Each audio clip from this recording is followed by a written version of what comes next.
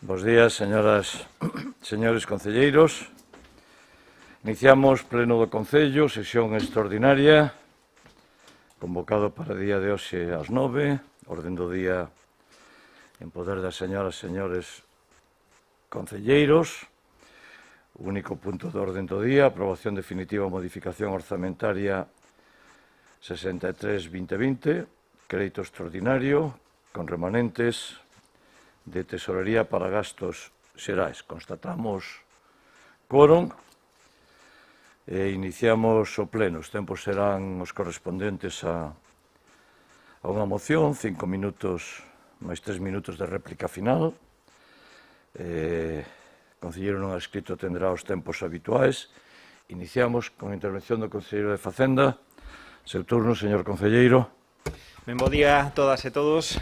Neste caso, efectivamente, para ratificar esa modificación orzamentaria que xa aprobamos o pleno de 12 de novembro e tamén, como corresponde no proxecto de orzamento de 29 de octubre deste ano 2020, porque hai que sinalar que somos o primeiro Concello de España en facer uso deses remanentes líquidos de tesorería, en facer uso dos aforros dos concellos para satisfacer as necesidades da economía, para reactivar a economía. Somos, por lo tanto, ese primeiro Concello de España, concello que nos imitan ao longo de todo o territorio español en uso deses remanentes. Eso, pese ao bloqueo de algunhas forzas políticas, como o Partido Popular, por exemplo, que votou en contra no Congreso, que incluso viaxou a Bruselas para intentar torpedear ese levantamento das regras fiscais, e tamén de algúns outros grupos políticos. Porque, miren, somos un modelo de acción política. Somos un modelo de acción política porque reaccionamos frente ás necesidades mentras outros deixan pasar. Ese laissez-faire da dereita, ese laissez-faire do Partido Popular que non fai nada nas crises, nós, como partido de goberno, como partido progresista, sí que reaccionamos frente a esas crises e reactivamos. Tratamos de reactivar a economía cando outros tratan de paralizar a economía. Resulta sorprendente, repasando as noticias de prensa destes días, ver esas estranas alianzas, non? Lores, Almeida e Kichi se opoñen ao uso dos remanentes. Lores, Almeida e Kichi. Significativo, quenes bloquean e quenes activamos, quenes reactivamos a economía, porque queremos ser actores do cambio, non meros espectadores. Somos actores do cambio. Por eso exercemos as nosas competencias no que temos competencia e tratamos de reactivar a economía utilizando unha ferramenta que ten todo o goberno, o gasto público productivo. O gasto público productivo, reactivando, por lo tanto, esos aforros que estaban bloqueados pola Larsal, por esa lei Montoro, que non nos deixaba utilizar os nosos aforros, as nosas eficiencias para as necesidades da xente, para as necesidades da cidade, e, por lo tanto, reactivando, agora sí, usando, agora sí, esos aforros que tiñamos acumulados pola boa xestión, porque precisamente tiñamos esa capacidade de ter unhas finanzas públicas solventes, porque Vigo ten unhas finanzas públicas solventes e por eso pode utilizar os remanentes, por eso pode utilizar os aforros que ten a cidade. Ademais, aforros e inversión que non xenera gasto futuro, non compromete gasto futuro, unha inversión productiva que impulsa esa demanda de bens, esa demanda de servicios e que, por lo tanto, permite manter emprego e incrementar incluso emprego. Porque, xa o dixen noutro pleno, se hai emprego, hai consumo, se hai consumo, hai hostelería, hai servicios, hai automóvil, hai, en definitiva, actividade económica en beneficio de todos. Por eso, mobilizamos un importante número de recursos, 33 millóns no Concello, máis 2,8 na Xerencia de Urbanismo, en total, case que 36 millóns de euros de inversión productiva para a cidade. 36 millóns de euros de inversión productiva para a cidade en máis de 50 actuacións en toda a cidade, en distintos ámbitos, atendendo a todos os barrios, a todas as parroquias da cidade e atendendo a cuestións significativas como o Vigo Verde, como a sostenibilidade ambiental, coa Vía Verde, por exemplo, en Teis. Hai que recordar que esa vía verde permite utilizar as antigas vías do tren cando este alcalde logrou que esas vías de tren se soterrasen para utilizar esas vías de tren para facer un espacio de encontro da cidade, para non facer unha fenda na cidade, especialmente nese barrio de Teis, pero tamén para crear un Vigo de vanguarda. Un Vigo de vanguarda con ascensores, co Vigo vertical, tamén con un ascensor en Teis, sí, tamén con un ascensor que permite salvar as distancias en Teis, na Rúa Talude, no acceso á estación do tren de alta velocidade, por lo tanto, reducindo esas barreiras que permiten, para que se permita a mobilidade das persoas. Pero tamén facendo, sí, un Vigo para as persoas, claro que sí, un Vigo para as persoas, conseguindo que a Tesorería Xeral de Seguridade Social nos cedese o antigo ambulatorio de Teix para facer unha biblioteca. Nós si queremos unha biblioteca. Resulta sorprendente que o Partido Popular intente bloquear agora ata a Biblioteca do Estado.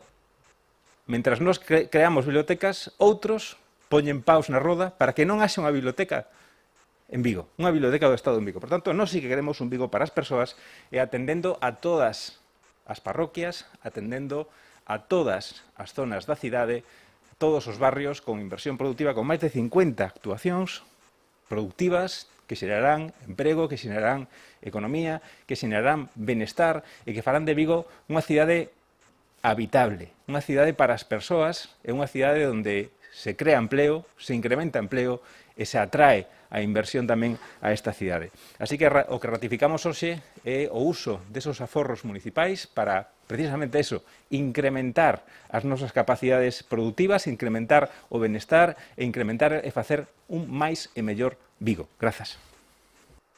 Moitas gracias, señor concelleiro. Turno ao concelleiro non adscrito, 2 minutos. Sí, bo día. Asistimos hoxe á aprobación definitiva dunha modificación orzamentaria por importe de 33 millóns de euros que vostedes xa elaboraron en réxime de monólogo, sin considerar ningunha achega de ningunha proposta, ningunha idea de ningún grupo político, máis tampouco de ningún colectivo social. O pasado 12 de novembro aprobábase inicialmente só cos seus votos, despois de rexeitar ademais unha emenda á totalidade do Bloque Nacionalista Galego que o que pretendía era precisamente destinar estes importantes recursos a atender as necesidades reais da cidade centradas en paliar os efectos derivados da crise da COVID. Estas semanas que transcorreron, o que viñeron foi a ratificar que a súa proposta de aplicación dos remanentes está absolutamente fora da realidade. Onte mesmo, o sector da hostelería volvía a mobilizarse nesta cidade para exixir axudas directas que eviten peches e destrucción de emprego. E diante desa mobilización, a resposta do alcalde e do seu goberno foi asubiar e limitarse a dicir que non é asunto seu. Felizmente, neste país, e felizmente para o sector da hostelería, noutros concellos hai gobernos tamén presididos polo Partido Socialista que non están actuando con esta absoluta irresponsabilidade. Vostedes, ademais, rexeitaron as alegacións que ven de formular a veciñanza de Teix e a única resposta que lle ofreceron foi volver a insistir na permanente descualificación e no desprezo da Asociación Veciñal de Teix. Como saben, eu veño do momento veciñal e sería moi bon para o alcalde ter pasado polo momento veciñal, porque é onde se aprende, sobre todo, a escoitar a quen pensa diferente. Estáse moi cómodo no monólogo, estáse moi cómodo sin recibir ningún tipo de contraste, porque eu creo que a estas alturas xa todo o mundo sabe que o que ten medo a Abel Caballero é a que ninguén se atreva a dicirlle que o rei está espido. Obrigado. Sobre todo con 20 concelleiros, usted con un. Turno...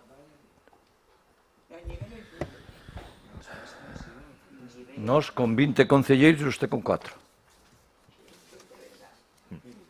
É que hai que constatar a realidade. A realidade é bo constatala de vez en cando. Señor concelleiro de Mareas, seu turno. Sí, bos días. Máis alá da aritmética electoral... Aritmética electoral da democracia. Como hai que constatar a realidade, estamos completamente de acordo, máis alá da realidade que dan as votacións cada 4 anos, está a realidade da cidade que vive no día a día. E este goberno local ten decidido que, pois como unha estrategia de avestruz que mete a cabeza nun buraco, ten decidido que a realidade debe ser só cando se produce o proceso electoral e logo os 4 restantes anos da cidade, polo menos, si te vi, non me acuerdo. E esta é unha cuestión non menor. Eu me gustaría que, eu sei que son semanas difíciles para o alcalde, pero que intente, cando menos, escoitar, porque creo que é unha das funcións principais da función pública. Me parece perfecto que logo na súa roda de prensa se dedica a descalificar de maneira permanente xa non a oposición, sino tamén aos profesionais dos medios de comunicación que fan o seu traballo. Nos vimos aquí a falar dunha cuestión que decía o noso grupo municipal que era central e histórico. Por primeira vez, os concellos iban a poder utilizar eses aforros que, de xeito absolutamente injusto, o Partido Popular, a través dunha lei, dixo vamos a plantexar que sexan os concellos os que paguen o pato da crise económica anterior e vamos a obrigar aos concellos que están asumindo cada vez máis servicios e máis competencias impropias a que teñan secuestrado gran parte dos seus recursos ou que non podan gastar incluso no exercicio gran parte dos recursos que teñen por unha interpretación do teito de gasto. E este grupo municipal, e o dixemos aquí no pleno, moitas veces non lembro si está o alcalde, pero nesta cuestión sí que estaba o alcalde da cidade lle dixemos deste grupo municipal. Non é cuestión de secuestrar os recursos municipais, non é cuestión de facerlle un préstamo ao Ministerio de Facenda para que logo simplemente podamos ter o 30% dese diñeiro que poñamos no Ministerio de Facenda. Este concelleiro está nas actas diso, é unha cuestión de interpretación das regras fiscais e do teito de gasto. Se nos clasificou como que nós, claro, obviamente non somos economistas, nin estivemos en universidades estranxeiras, pero curioso que mentras vostede estaba defendendo incautar os recursos municipais, a ministra estaba negociando unha posibilidade aberta de eliminar o teito de gasto, interpretar as regras fiscais e poder utilizar de xeito natural o remanente. E afortunadamente vostede o fixo, porque este grupo municipal xa lle dixera naquela altura que nada impedía ao Concello coller os seus remanentes e empregalos. Bueno, a cuestión que temos que discutir en qué e para qué e en que momento de interpretación da realidade deciden vostedes que é unha prioridade poñerlle un teito de metraquilato a un tranvía que parece da guerra de Kosovo ali abandonado na avenida de Castelao. Vostedes interpretan que sigue sendo unha prioridade absoluta desta cidade proxectos grandes de remodelación de grandes plazas, como se non pasara absolutamente nada na hostelería, como se non pasara absolutamente nada nos servicios sociais ou como se non pasara absolutamente nada nunha campaña de Nadal que, home, que máis que luces, creo que a xente, e ademais é constatable, está pedindo unha política de cobertura social. Vostedes decidiron utilizar 33 millóns de euros para unha cidade como se non pasara absolutamente nada. É lexítimo, pero non nos veñan co baile da competencia, cos ridiculismos da competencia, este grupo municipal xa non atura ningún. Porque a competencia que vostedes teñen para dar becas de inglés é exactamente análoga á competencia que vostedes teñen para deitar todos os recursos ahora mesmo que poden empregar do remanente para políticas de cobertura social ou políticas de facer unha lectura real do que está pasando na cidade. Voulle poñer un exemplo. Eu podo entender que vostedes teñen un contrato leonino, injusto e absolutamente tendencioso de Vitrasa. E podo entender que é herdado das decisións de outros alcaldes. Lexítimo. Podo entender que Vitrasa chantasea dende esa posición de poder que sucesivos alcaldes, pero vostedes tamén lle deron a concesionaria privada. Saben que ten feito o Concello de Sevilla que acaba de aprobar unha exactamente análoga a esta modificación do seu remanente de tesorería? Ingresar recursos económicos para garantir os salarios da empresa municipal de transporte en Sevilla. Se vostedes sabían, independentemente da chegada dos recursos do Estado que van a chegar felizmente porque se aprobou un orzamento do Estado, sabemos que vamos a ter que compensala porque teñen un contrato que ou lle garantizamos 20 millóns de pasaxeiros ou aquí pasan por Caixa. En un ano donde esa caída foi extremadamente grave, vostedes van a ter, poden facelo pola vía civil ou militar, pero a Vitrasa nos ten collido literalmente polos machos. E vostedes, en vez de analizar eso como unha prioridade para evitar que Vitrasa chantasee coa plantilla e non pague salarios, deciden que é máis importante cubrir un tranvía que está parado non como autobús que se move todos os días na cidade. Moitas gracias, señor concelleiro. Hoxe tendremos unha reunión de goberno da FEN e informarei desto. Vostede adiantouse e ten pouca información. Hoxe coñecerá toda a FEN, toda a información sobre transporte e sobre o que o Goberno de España vai a facer. Señor concelleiro do Grupo Popular, seu turno. Moitas grazas, bo día a todos e a todas, bo día, señor alcalde. Eu entendo que vostede este incómodo con este tema dos remanentes. É comprensible que este incómodo, porque vostede estes cartos que temos na Caixa estuvo a punto de dalos a Madrid. Vostede asinou que estes cartos tiñan que ir a Madrid e recibilos nun préstamo. E porque todos os grupos políticos se opuseron a eso, os remanentes, felizmente, se poden gastar. Non era un problema da Lei Montoro, non era un problema de ter que facer un préstamo, era simplemente un problema de decisión política, que se arreglou onde se tiña que arreglar, levantando o teito de gasto, moi sinxelo, por certo. E aquí estamos, felizmente, debatindo sobre o destino destes 35 millóns de euros, cantidade que, como digo, todavía sigue na Caixa do Concello, porque, entre outros, aquí houbo máis de 100 alcaldes e concelleiros de toda Galicia do PP que dixeron que o que estaba facendo non estaba ben. E ten que vir aquí o Concello baixando as orellas no pleno do Concello non unha, senón dúas veces, porque houve unha alegación, debe ser o karma.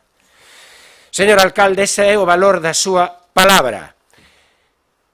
Non foi quen de gastar todo o remanente, son 92 millóns de euros de remanente, 74 millóns de euros libres. Non foi quen de gastar os recursos que os cidadáns lle puxeron nas súas mans e que o Pleno aprobou, que tiñan un gasto definido e non foi quen de bastalos. Non o fixo nestes anos. E por que imos crer que o vai a facer agora?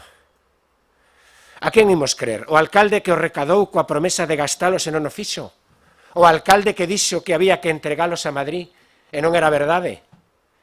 E por que estes 35 millóns e non os 74? E por que en obras? Por que nestas obras e non en outras? Por que non peatonalizamos dunha vez o Paseo de Alfonso e a Rúa de Allen, que van a quedar condenadas a ter tráfico? Por que non en comercio? Por que non en hostelería? Por que non en política social? Que pasa, señor alcalde? Non sabemos que neste mes de novembro hai 23.683 persoas desempregadas en Vigo, 1.823 persoas desempregadas máis que o mesmo mes do ano pasado. Mire, señor alcalde, nós queríamos que viñese aquí con estas obras e con outras, pero tamén con máis axudas á política social e con máis axudas a comercio e a hostelería, como xa fixeron o resto das cidades galegas e todas as deputacións galegas. Todas as grandes cidades e todas as diputacións de Galicia contan xa con axudas para o comercio e hostelería. Tamén xa a Deputación de Pontevedra permite utilizar o Plan Concellos para axuda aos sectores afectados polo COVID. Tamén xa a Deputación de Pontevedra. Só queda vostede, señor alcalde. Lle pedíamos 10 millóns de euros do remanente para axudar a comercio e a hostelería e poder axudar a 3.500 autónomos e micropemes. 10 millóns de euros cando vostede prometera 1.000 nun plan colosal non era moito diñeiro, non quiso, se negou. Política social lle dixen o mesmo, habería que incrementala, son só 19 millóns de euros, 10 menos que a Coruña, non quiso. Tamén queríamos que nos dixera que facía co total do remanente, que son 40 millóns de euros, porque, señor alcalde, que extraordinario sente necesidade hai en cubrir o tranvía de Colla. Ese tranvía que veu que foi un agasallo en plena campaña electoral, a cambio de nada. A unha empresa que ten os autobuses ateigados un día sí e outro tamén. Que non paga a nómina dos traballadores. Non paga a nómina dos traballadores. Unha empresa no que o Concello consigna todos os anos 10 ou 12 millóns para compensarlle pola diferencia tarifaria, polos prezos do billete e polas lanzadeiras ao cubi. Unha empresa que acaba vostede de darlle 5 anos máis de concesión, pero que prórroga fixo vostede? Non comprobou a solvencia financiera da empresa antes da prórroga, non sabían cal era o estado financeiro de Vitrasa. Miren, vostede xa en maio xa calculaba que Vitrasa tiña que cobrar 10 millóns de euros. E agora Vitrasa di públicamente na prensa, la empresa dice que el ayuntamiento le debe 2 millones de euros. Públicamente. E eu digo, e lle pregunto, señor alcalde, solicitou Vitrasa do Concello o pago dun importe con cargo a indemnización? Señor alcalde, estáse a tramitar a día de hoxe neste Concello un expediente de indemnización a Vitrasa. Non acepte a chantaxe de Vitrasa, señor alcalde. Moitas gracias, señor concelleiro. Señor concelleiro de Facenda, ten a palabra.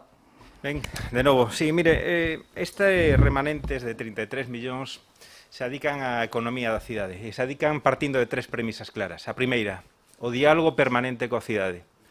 Solamente na época de pandemia de confinamento, este alcalde se reuniu con todos os colectivos, con todos os representantes do tecido productivo da cidade en máis dunha ocasión. Solamente. Outros collen o coche oficial e liscan rápido a Santiago. veñen aquí a presentar un novo presidente da Autoridade Portuaria e liscan rápido a Santiago. Aquí é unha porta que está aberta aos cidadáns, é un alcalde que está permanente en contacto cos cidadáns e, por tanto, atendemos permanentemente aos cidadáns. Nesas reunións de confinamento, os sindicatos precisamente pedían inversión productiva. Por tanto, diálogo permanente tamén cos sectores productivos. E a segunda pilar, fundamental, previo a destinar 33 millóns. Atender urxente, claro que sí. Facemos fronte aos gastos do COVID. Limpiamos colexios, limpiamos parques infantiles, pabellóns. Atendemos esas necesidades da COVID e tamén atendemos as necesidades das persoas. Máis de 12.000 familias atendidas cos orzamentos deste Concello. Por lo tanto, con gasto social único deste Concello, con unha atención ás persoas única por parte deste Concello. Claro que sí. Segundo pilar fundamental, atender urxente, atender as persoas que o precisan. Claro que sí. Por eso podemos dedicar esos 33 millóns de euros de remanentes. E atender tamén aos sectores que o precisan. Claro que sí. Miren, aplazamos ata 2 veces os impostos locais deste Concello. E, ademais, reducimos un 25% a taxa do lixo comercial, os vados comerciais e a auga para os negocios que estiveron pechados na época de pandemia. Estamos na segunda fase de reducción desas tarifas. Por lo tanto, atendemos, claro que sí, claro que atendemos ás persoas que o necesitan. Por lo tanto, non facemos un descuido das nosas obrigas, non facemos un descuido das nosas competencias e, sobre todo, non deixamos a ninguén tirado na rúa.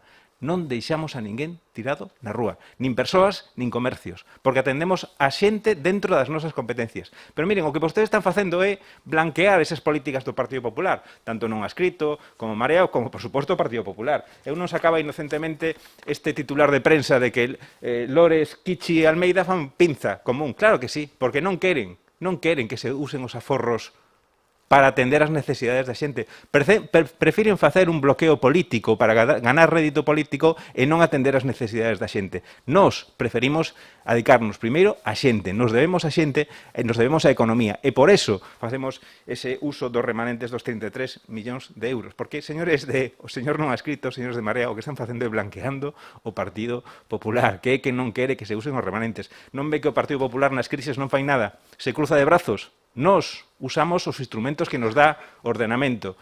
Gasto público productivo. E facemos ese gasto público productivo porque temos aforros, porque temos boa xestión, porque temos recursos para dedicar ás necesidades das persoas. Miren, onte, no Concello de Pontevedra, manifestábanse xente da hostelería. Non vin o alcalde de Pontevedra reuníndose co sector da hostelería. Non vin o Concello de Pontevedra dando axudas á hostelería. Cando o señor Feijóo recibe cartos de Madrid para dar recursos á hostelería, onde están esos cartos da Xunta de Galicia que non chegan á hostelería? Nós sí que axudamos a hostelería. A Xunta de Galicia non axuda. Moitas gracias, señor concelleiro. Gracias pola súa intervención. Quería darlles algunha información e facer algúns comentarios sobre o que en este momento está a suceder aquí. Porque despois dunha etapa de antimunicipalismo e dureza absoluta contra os concellos de España, protagonizado polo Partido Popular, que dende o ano 2012 dedicouse a cogotar, mermar, diezmar e desfinanciar os concellos. Ahora estamos en un momento no que, felizmente, podemos utilizar os nosos recursos. E foron anos de política moi dura, que eu soportei dende este concello, e presidindo a FEN, sabendo que o gran enemigo de acción municipal era o Partido Popular. Era a lei Larsal, prácticamente anulada polo Constitucional, aprobada polo Partido Popular con a súa maioría democráticamente obtenida, e a lei de estabilidade e suficiencia financiera, que foi o maior atentado que hubo contra os concellos na historia da democracia, firmada polo Partido Popular.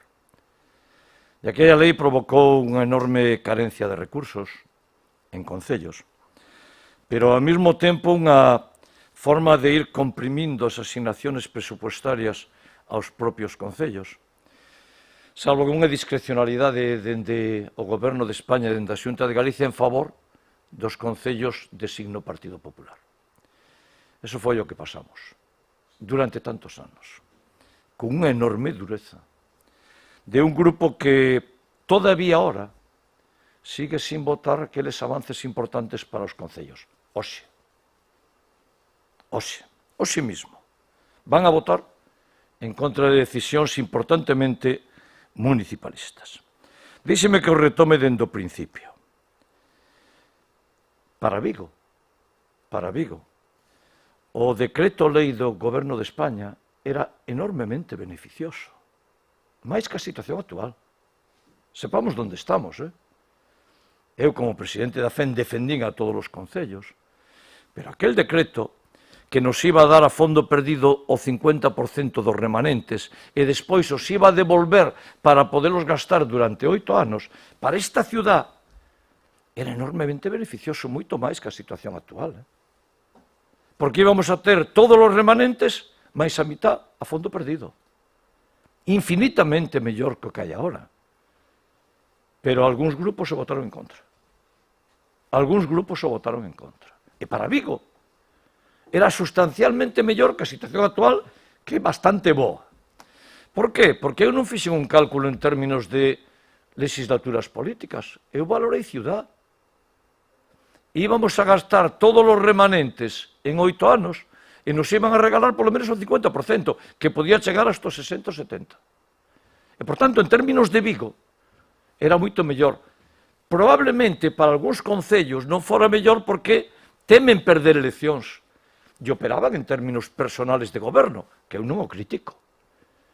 Pero para a ciudad de Vigo, o decreto inicial do Goberno de España era mellor que a situación actual, pero se votou en contra. E entón hubo que recurrir só aos remanentes sin recibir o 50% a fondo perdido.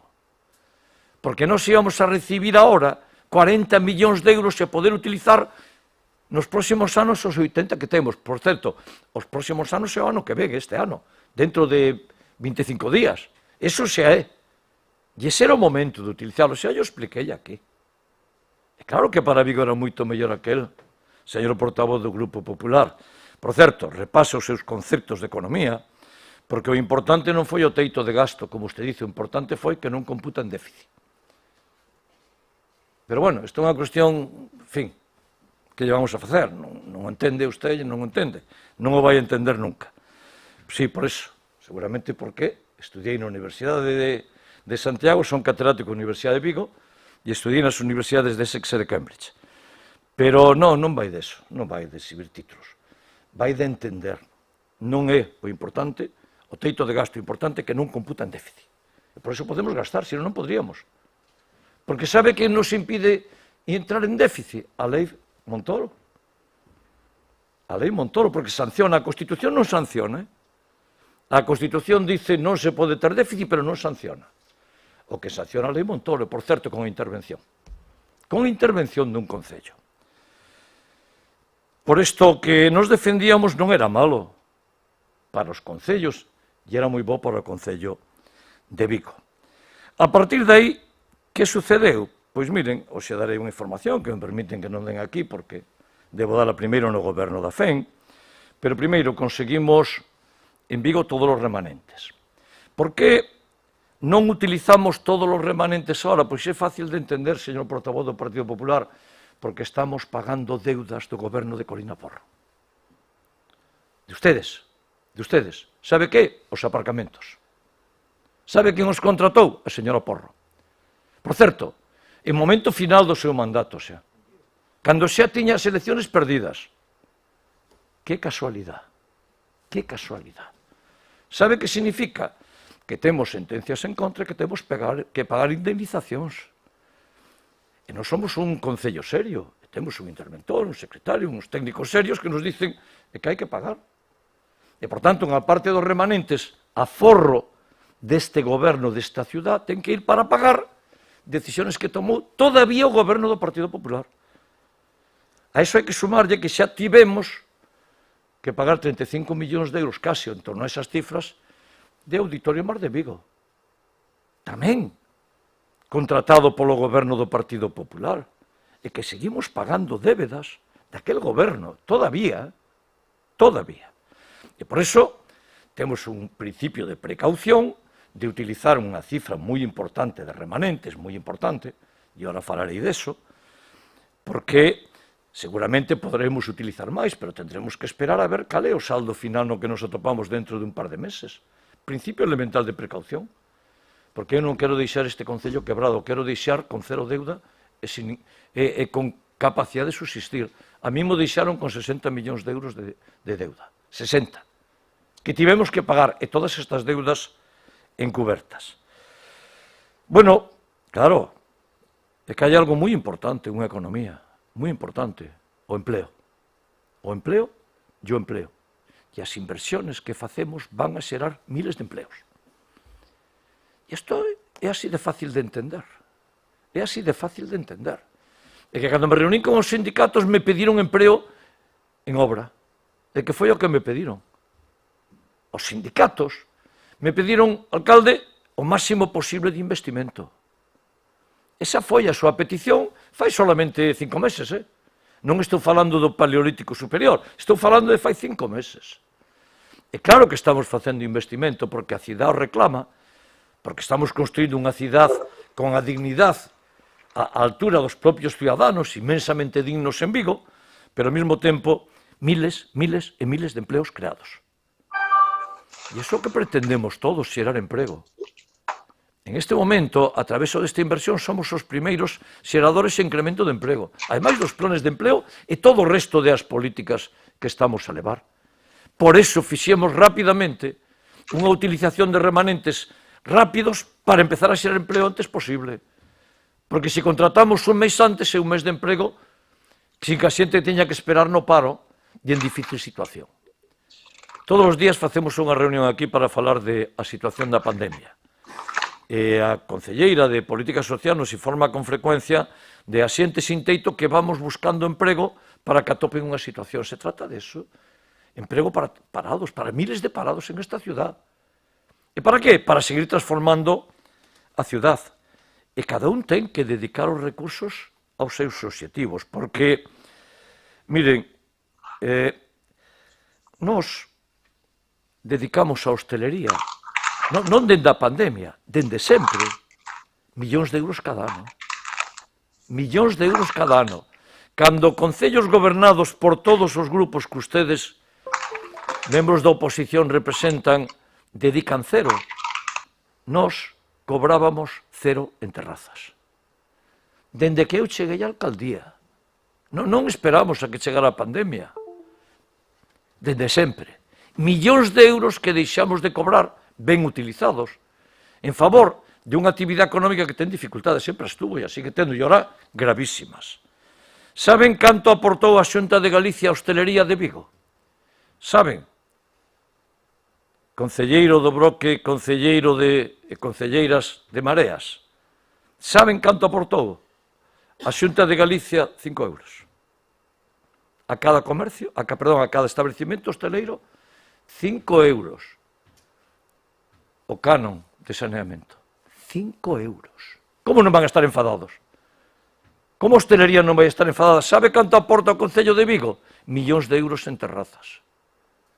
Millóns de euros. Aparte de quitarlle todos os impostos que lle podamos quitar no tempo que permanecen pechados. Todo. Sin competencias. Claro que as competencias son moi importantes, importantísimas.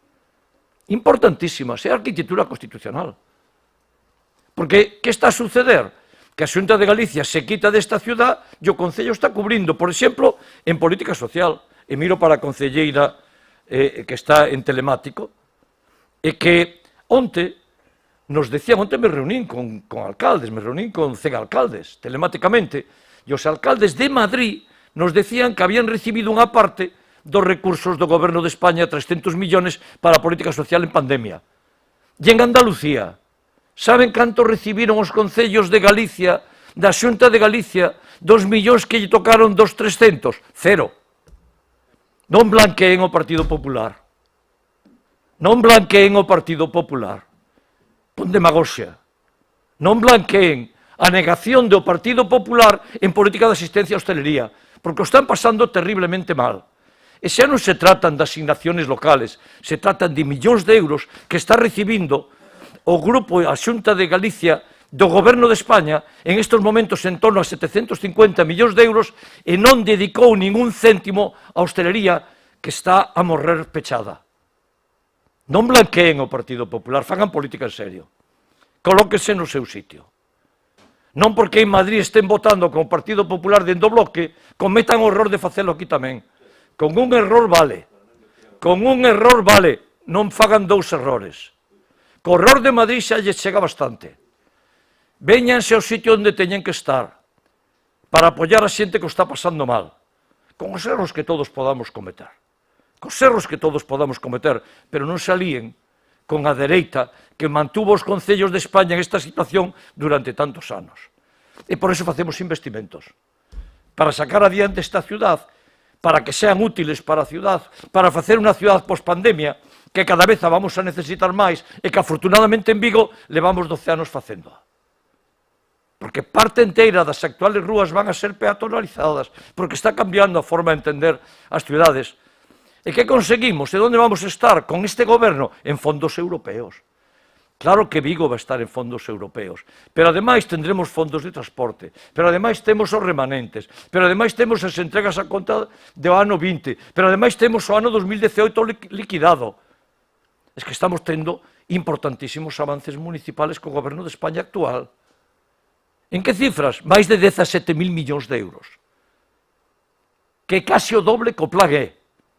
Por certo, Plan E criticado durísimamente pola dereita tamén, durísimamente. O que non nos lembramos das terribles críticas a Zapatero porque había dedicado recursos aos concellos. No máis importante que sucedeu nos concellos de España na democracia, que foi o Plan E, aquela capacidade de actuación. O que non vimos como cambiaron todos os concellos. E isto é o que nos estamos facendo defendendo en este momento. Actuando contra esta crisis e xerando emprego. E vamos a seguir facendo. E vamos a dedicar cada recurso e cada euro que teñamos a investimentos e a sacar adiante este país con unha clave moi importante. Sigo retando, se saben de un solo caso de política social que tendo dereito a algunha axuda non a teña, digan non, un solo. Non hai límite presupuestario á política social en este concello. Cambiamos a forma de actuar. Porque a forma anterior, con o ingreso mínimo vital, por certo, decidido por este goberno de España, co ingreso mínimo vital xa ten que ser distinta, ten que ser unha actuación en casos de emerxencia. As convocatorias xa están no ingreso mínimo vital, nos que temos que estar facendo cobertura de todo aquilo que vaya surdindo cada día. Porque o sistema de sacar unha convocatoria ao ano vale cando non hai un ingreso mínimo vital. Ora hai ingreso mínimo vital, máis risga que confío que a Xunta de Galicia o manteña.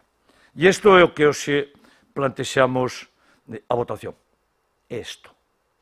O que estamos votando, isto que estamos contando. Esta forma distinta de entender a política e de entender as cidades. E, por tanto, rematado o debate, pasamos á votación. Punto único. Aprobación definitiva de modificación orzamentaria número 63/2020, crédito extraordinario financiado con remanente líquido de tesorería para gastos xerais. Votos a favor? Entendo que 20. Votos en contra? Entendo que 4. Abstencións? 3, perdón, sí, 2, 3, sí. Abstencións? 23. Queda aprobado con 20 votos a favor, 3 en contra e 4 abstencións. Non habendo máis puntos de orden do día, señoras e señores concelleiros, moitas gracias. Se levanta a sesión.